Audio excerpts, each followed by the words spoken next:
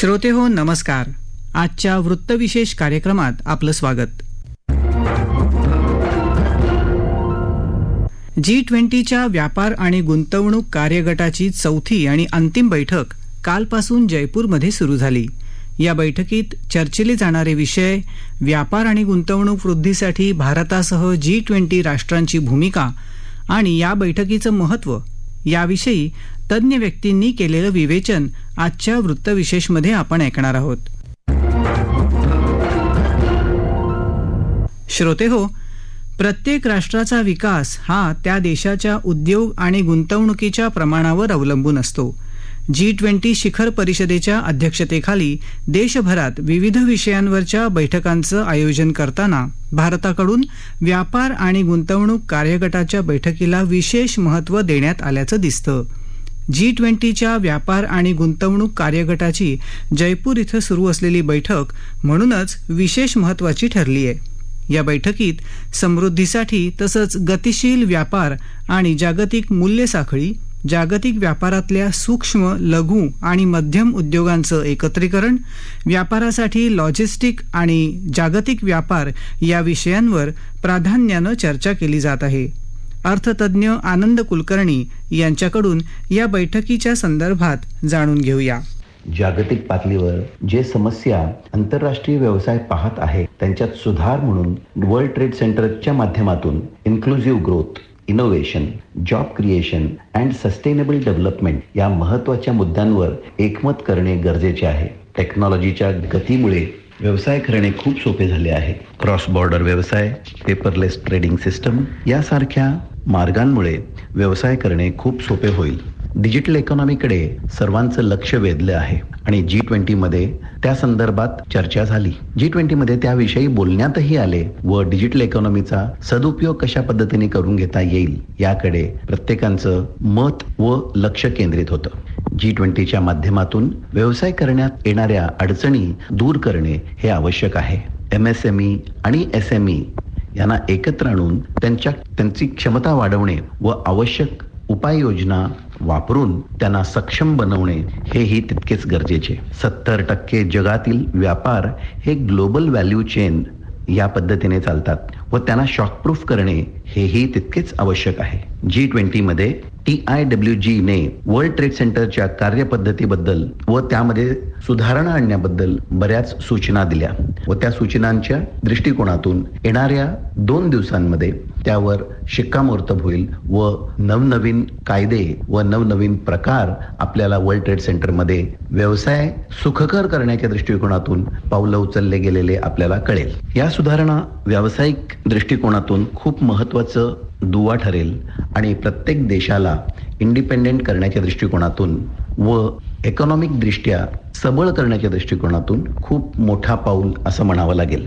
G20 मध्ये भाग घेतलेले देश व त्यांचे मंत्रीगण व त्यांचे सचिव या सर्वांनी मिळून चर्चा केली, आपले मनोगत मांडले व सर्वानुमते काही कायदे बनवण्यात आले आणि ते मला असं नमूद करायला आनंद वाटतो की येणाऱ्या 2 दिवसांमध्ये कायद्याच्या स्वरूपात होऊन व्यवसाय सुखकर कसं करता येईल त्याकडे त्यांचं लक्षमान केंद्र होईल. TIMM नावाची संस्था G20 विश्वासार्हता निर्माण करून ग्लोबल ट्रेड आणि इन्व्हेस्टमेंटसाठी मार्ग सोपे करून देईल ही आशा आहे. TIMM ही संस्था नक्कीच याकडे खूप बारकाईने पाहिल व सर्व मंत्री व सचिव यांनी जे काही सूचना दिलेल्या आहेत त्या सूचनांचं अंमल करून त्यामध्ये मॅक्झिमम कशा पद्धतीने त्याचा उपयोग करून लोकांना सुखकर या व इतर देशांना व्यवसायामध्ये भाग घेण्यासाठी कशा पद्धतीने त्यांना आमंत्रित करता येईल याकडे लक्ष केंद्रित राहील. ग्लोबल ट्रेड अँड इन्व्हेस्टमेंटसाठी मार्ग सोपे करून देणे ही या TIMMच्या माध्यमातून त्यांचं कार्यक्रम असेल. वैश्विक स्तरावर कोलॅबरेशन कशा पद्धतीने करता येईल आणि जर ते झाले तर खऱ्या अर्थाने G20चा जो थीम आहे वसुदैव कुटुंबकम त्या गोष्टीचा अनुकरण केला गेला असं म्हणता येईल. श्रोतेहो, गांधीनगर इथं सुरू असलेली ही बैठक G20च्या व्यापार आणि गुंतवणूक कार्यगटाची चौथी आणि अंतिम बैठक आहे. त्यानंतर 24 आणि 25 ऑगस्ट रोजी जयपूरमध्ये व्यापार आणि गुंतवणूक कार्यगटाची मंत्रीस्तरीय बैठक होणार आहे. या अगोदर झालेल्या बैठकांमधल्या विविध विषयांवर गांधीनगर इथल्या बैठकीत शिक्कामोर्तब होणार आहे. याविषयी Maharashtra chamber of commerce, industry आणि ॲग्रिकल्चरचे अध्यक्ष ललित गांधी यांनी नोंदवलेली निरीक्षणं ऐकूया. G20चं अध्यक्षपद भारताकडे आल्यानंतर भारताच्या वेगवेगळ्या शहरामध्ये या संदर्भातल्या वेगवेगळ्या बैठका होत आहेत. त्यातली व्यापार गटाची व्यापार आणि गुंतवणूक या दोन्ही विषयावरची अत्यंत महत्वपूर्ण कार्यगटाची बैठक आज जयपूरमध्ये सुरू आहे. त्यानंतर 24-25 या व्यापार गुंतवणूक गटाची मंत्रिस्तरीय बैठक होणार आहे. G20च्या या वर्षभरातल्या वेगवेगळ्या बैठकांमधल्या या अत्यंत महत्वाच्या बैठका आज सुरू आहेत आणि भारताच्या आर्थिक प्रगतीच्या दृष्टिकोनातून, भारताच्या व्यापार आणि गुंतवणूक या दृष्टिकोनातून या बैठका अत्यंत महत्वपूर्ण असणार आहेत. या बैठकीमध्ये ज्या वेगवेगळ्या मुद्द्यावर चर्चा होणार आहे त्यामध्ये जागतिक व्यापार आणि गुंतवणुकीच्या संदर्भानं या 20 देशांमध्ये G20 हे एक अतिशय सशक्त देशांचा प्लॅटफॉर्म आहे. यामध्ये सहमती निर्माण करणे हा एक या बैठकीचा मुख्य उद्देश असणार आहे आणि यामध्ये ज्या वेगवेगळ्या विषयावर चर्चा होणार आहे त्यामध्ये व्यापार वृद्धीसाठीचं धोरण असेल, व्यापारामधलं लवचिकता आणि जागतिक मूल्य साखळीचं एक निर्माण करणं, जागतिक व्यापारात MSMEला कसं स्ट्रेंथन करता येईल हाही आजच्या या बैठकीमधला महत्वाचा विषय आहे. त्याबरोबरच व्यापारामधलं लॉजिस्टिक्स म्हणजे दळणवळणाचा पार्ट आणि जागतिक व्यापारी संघटनेची WTOच्या सुधारणा या विविध महत्वाच्या विषयावर या बैठकीमध्ये चर्चा होणार आहे. ते भारताच्या दृष्टिकोनातून अत्यंत महत्वाचे असणार आहेत. कोरोनाच्या 2 वर्षाच्या अत्यंत कठीण कालखंडानंतर जगातल्या अर्थव्यवस्थेचे परिमाण बदललेले आहेत आणि या बदललेल्या स्थितीमध्ये ज्या 20 देशांचा समावेश असलेला हा G20 समूह आहे त्यामध्ये अमेरिकेसारखा बलाढ्य देशही आहे, युनायटेड किंगडम आहे, ऑस्ट्रेलिया, ब्राझील सारखे देश आहेत, जपान सारखं आहे, चायना सारखे जगातल्या प्रमुख अर्थव्यवस्था या G20 मध्ये समाविष्ट असल्याने या कार्यगटाचं महत्व अनन्यसाधारण असं आहे. या पार्श्वभूमीवर भारताला या बैठकीमधून नेमकं काय फायदा होईल हे सुद्धा बघणं आपल्यासाठी अतिशय महत्वाचं आहे. या बैठकीमुळे आपल्याला G20 समूहामध्ये व्यापार करण्यामध्ये जे येणाऱ्या काही त्रुटी आहेत किंवा ज्या अडथळे आहेत त्या दूर करण्यामध्ये अतिशय महत्वाची मदत होणार आहे. आपल्याला ज्या तंत्रज्ञानाचा वापर या G20 समूहातले प्रगत देश करतायत त्या तंत्रज्ञानाचा वापर भारताला करण्याच्या दृष्टिकोनातून सुद्धा अतिशय महत्वपूर्ण उपलब्धी या बैठकीमधून आपल्याला होऊ शकते. आणि जागतिक व्यापारामध्ये ज्यावेळी सगळं जग व्यापारातले आणि बाजारपेठेतले अडथळे दूर करण्यावर लक्ष केंद्रित करतायत, रोजगार निर्मितीसाठी MSMEला सक्षम करण्याचं धोरण चर्चा करत आहेत, तर भारत या दोन्ही क्षेत्रामध्ये अतिशय महत्वाची भूमिका बजावतो. कारण सर्वाधिक MSME या भारतामध्ये आहेत आणि MSME मधलं सर्वाधिक पोटेन्शियल सुद्धा भारतात आहे. त्यामुळे या जागतिक बाजारपेठेमध्ये भारताला आपला व्यापार शेअर वाढवण्यासाठी अतिशय महत्वाची मदत होणार आहे. आणि मगाशी सांगितल्याप्रमाणे कोरोना नंतरची होणारी ही बैठक G20ची लीडरशिप भारताकडे येणं हे भारताचं जागतिक व्यापारातलं महत्व अधोरेखित करणारी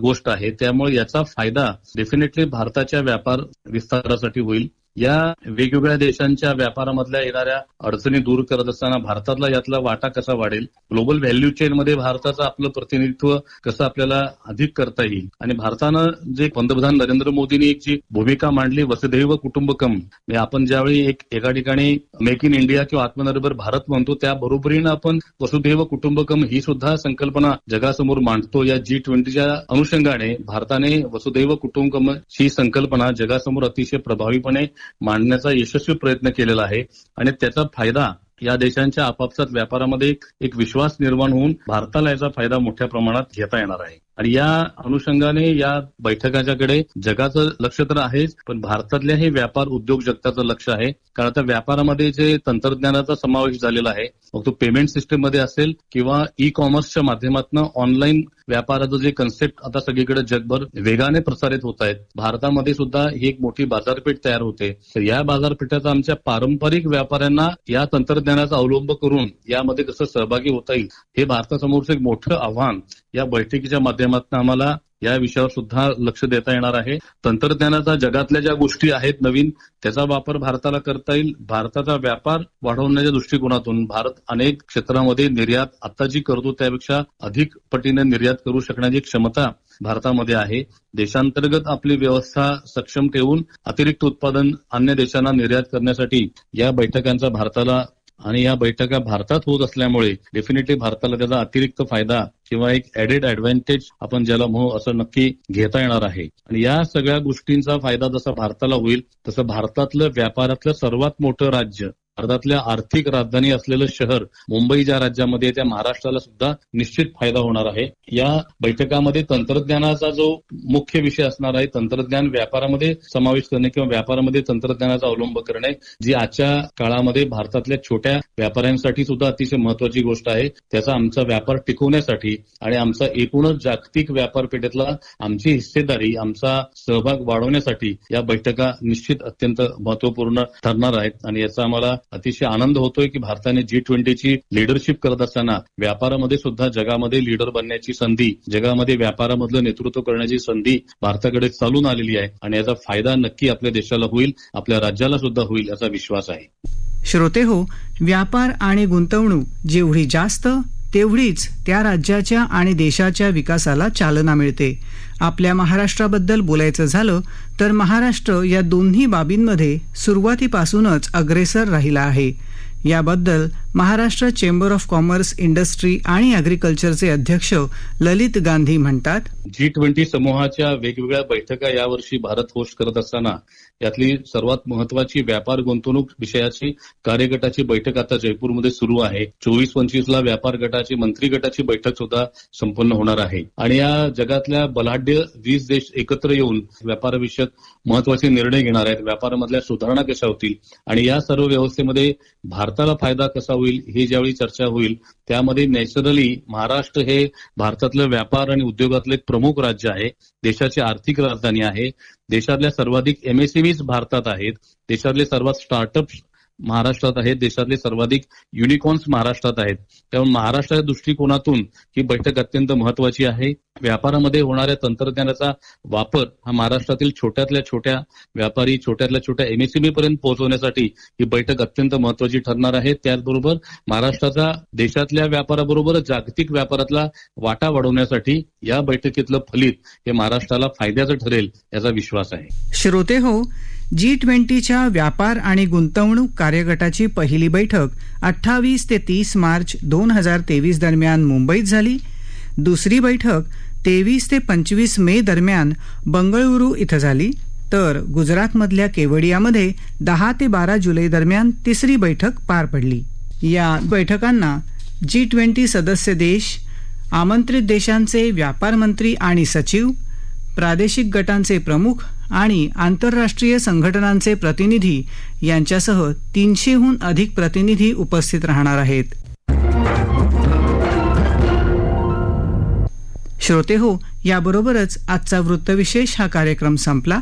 हा कार्यक्रम आकाशवाणी मुंबईच्या प्रादेशिक वृत्त विभागानं सादर केला. संपादक आणि सादरकर्त्या सरस्वती कुवळेकर, निर्मिती राजेश शेजवळे, लेखन आणि समन्वय मनीष कुलकर्णी आणि निवेदन उमा रायकर.